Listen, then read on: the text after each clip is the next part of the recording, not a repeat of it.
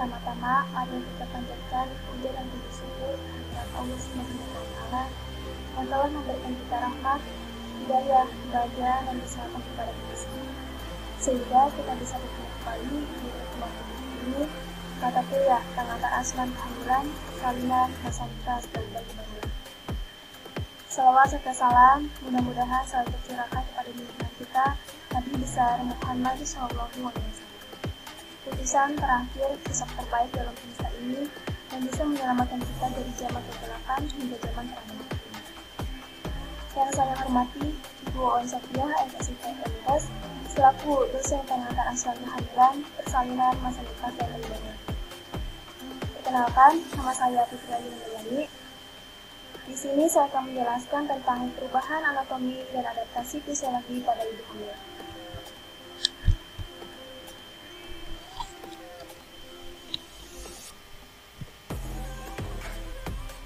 Adapun materi yang saya akan jelaskan, yang pertama yaitu sistem reproduksi, yang kedua payudara, yang ketiga sistem endokrin, yang keempat sistem kekebalan, yang kelima sistem perkembangan, yang keenam sistem pencernaan, yang ketujuh sistem muskuloskeletal, yang kedelapan sistem kardiovaskuler, yang kesembilan sistem integumen, yang kesepuluh metabolisme, yang kesebelas berat badan dan indeks massa tubuh atau IMT, yang ke-12 yaitu ada darah dan pembukaan darah, dan yang terakhir adalah sistem pernapasan.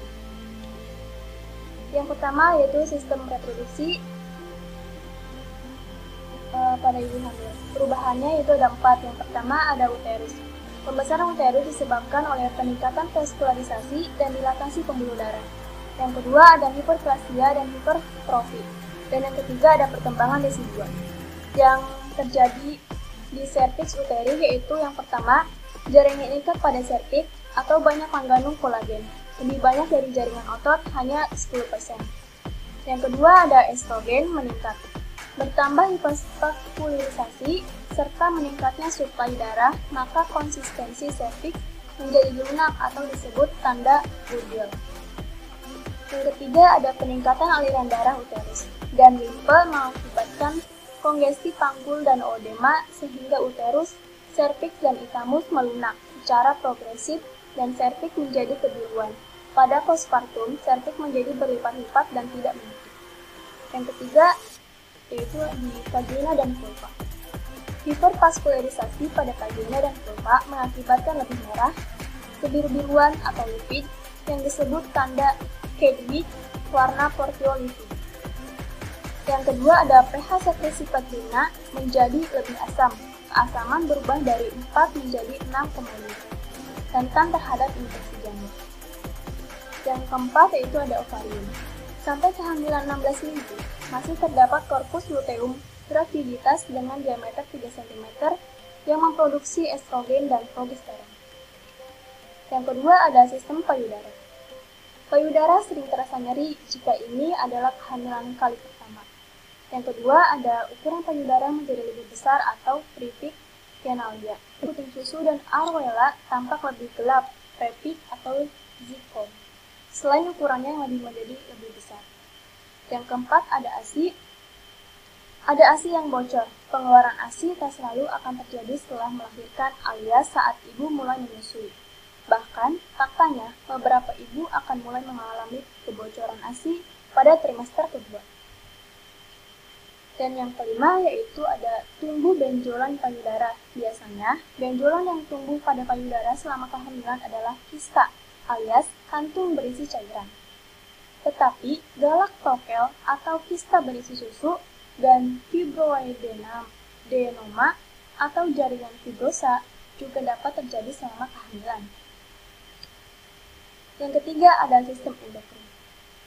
Perubahan yang pertama yaitu di hormon peptida HCG atau hormon chorionic gonadotropin. HCG meningkat 8 hari setelah ovulasi atau 9 hari setelah puncak LH pertengahan siklus. Yang kedua, selama 6-8 minggu, kehamilan HCG mempertahankan korpus luteum untuk memproduksi estrogen dan progesteron, dan selanjutnya akan diambil alih oleh plasenta. Yang kedua terjadi di HPL atau hormon plasental laktogen. Laktogen plasenta NS atau HPL dihasilkan oleh plasenta. Pada kehamilan cukup bulan, HPL meningkat 10% dari produksi protein plasenta. Yang kedua, plasenta bersifat diabotenik sehingga kebutuhan insulin wanita hamil naik. Yang ketiga ada prolaktin. Prolaktin meningkat selama kehamilan sebagai respon terhadap meningkatnya estrogen. Yang keempat ada hormon steroid estrogen. Yang pertama yaitu estrogen dihasilkan dalam hati janin. Yang kedua, menyebabkan pertumbuhan baik ukuran maupun jumlah sel.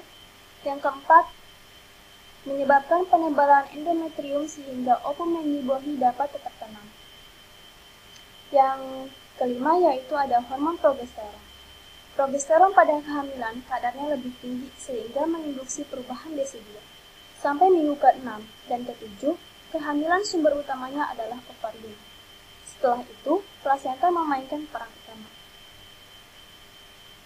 Yang keempat ada sistem kekebalan. Yang terjadi perubahannya yaitu yang pertama, kadar imunoglobin tidak berubah pada kehamilan. Kadar antibodi IgG ibu spesifik memiliki kepentingan khusus karena kemampuan melintasi plasenta. IgG adalah komponen utama dari imunoglobin, janin, in utero, dan periode neonatal dini. IgG adalah salah satunya imunoglobin Y menembus plasenta. Sistem imun janin timbul sek dini. Limfosit muncul pada minggu ke-7 dan pengenalan antigen terlihat pada minggu ke-12. Produksi imunoglobin bersifat progresif selama kehamilan. Yang kelima yaitu sistem perkembangan. Pada trimester pertama, kehamilan kandung kemih tertekan oleh uterus yang mulai membesar, menyebabkan ibu sering kencing. Setelah trimester kedua, kehamilan di mana uterus telah keluar dari rongga pelvis, gejala sering kencing tidak dijumpai lagi.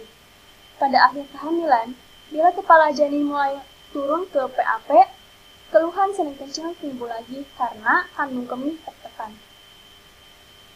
Pembesaran ureter kiri dan kanan dipengaruhi oleh hormon progesteron. Tetapi, kanan lebih membesar karena uterus lebih sering memutar ke kanan, hidroureter, dextra, dan veolitis dextra lebih sering. Di samping sering kencing, terdapat pula poliuria disebabkan oleh adanya peningkatan sirkulasi darah di ginjal, sehingga filtrasi di glomerulus meningkat. Yang keenam yaitu sistem pencernaan. Pada trimester pertama, kehamilan terdapat rasa enek atau nausea karena estrogen meningkat. Tonus otot-otot traktus digestivus menurun. Motilitas seluruh traktus digestivus berkurang, sehingga makanan lama berada di usus. Hal ini baik di reabsorpsi, tetapi menyebabkan obstipasi.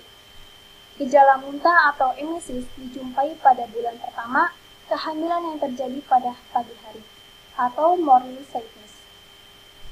Emesis yang sering dan terlalu banyak disebabkan hiperemesis. Gravidarum karena ini adalah patologis. Salivasi adalah pengeluaran air liur berlebihan daripada biasanya.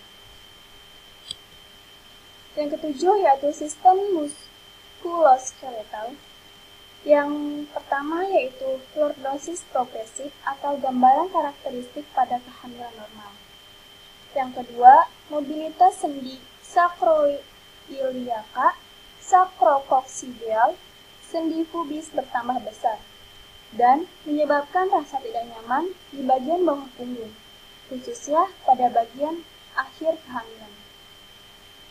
Rasa pegal, karena mati rasa dan lemah dialami pada anggota badan atas. Yang kedelapan adalah sistem kardiovaskular. Perubahan yang pertama yaitu volume plasma meningkat pada minggu ke-6 kehamilan, sehingga terjadi pengenceran darah atau hemodialisi.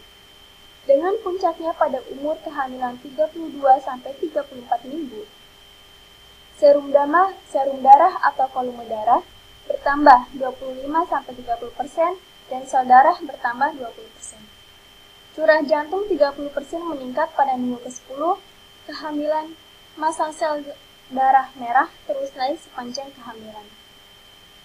Hematokrit meningkat dari trimester kedua sampai trimester ketiga.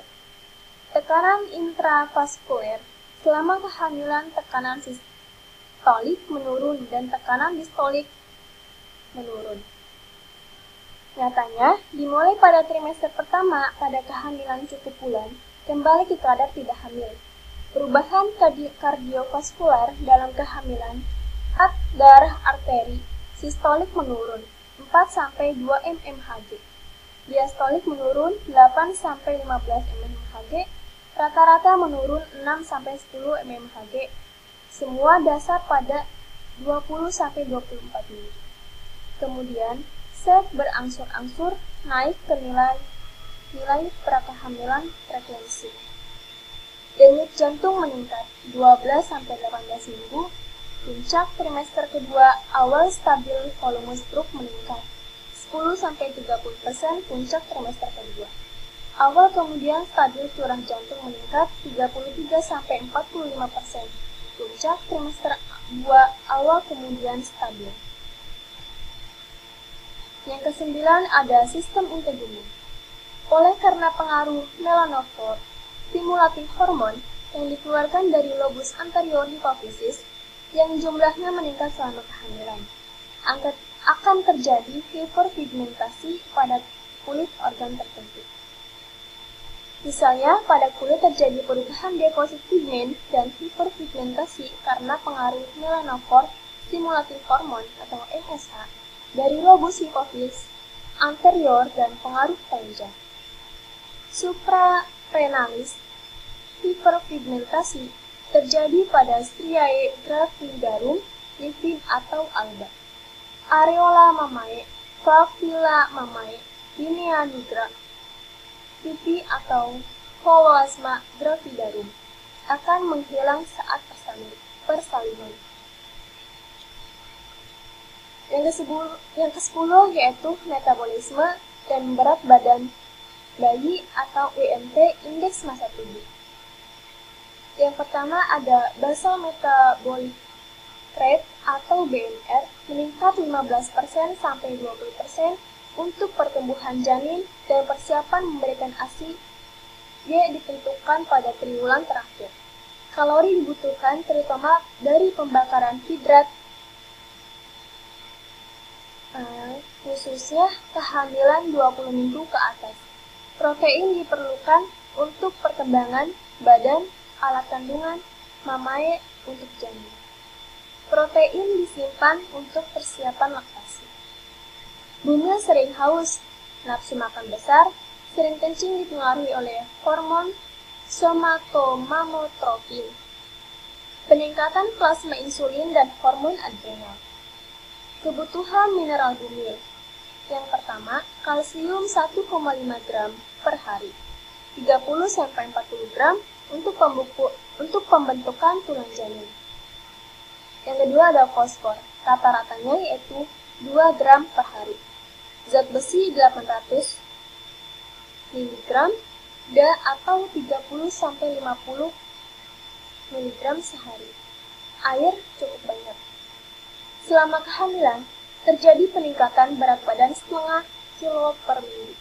Terjadi pada kehamilan 20 minggu. Yang ke-11 ada darah dan pembuluh darah. Peredaran darah dipengaruhi oleh faktor meningkat kebutuhan sirkulasi darah sehingga dapat memenuhi kebutuhan perkembangan dan pertumbuhan dalam rahim. Terjadi hubungan langsung antara arteri dan vena pada sirkulasi retro ke plasenta. Pengaruh hormon progesteron dan estrogen. Volume darah meningkat. Jumlah serum lebih besar dari pertambahan sel darah, sehingga terjadi pengenceran darah atau hemodilusi. Dengan puncaknya pada kehamilan 32 minggu, serum atau volume darah meningkat 25-30%.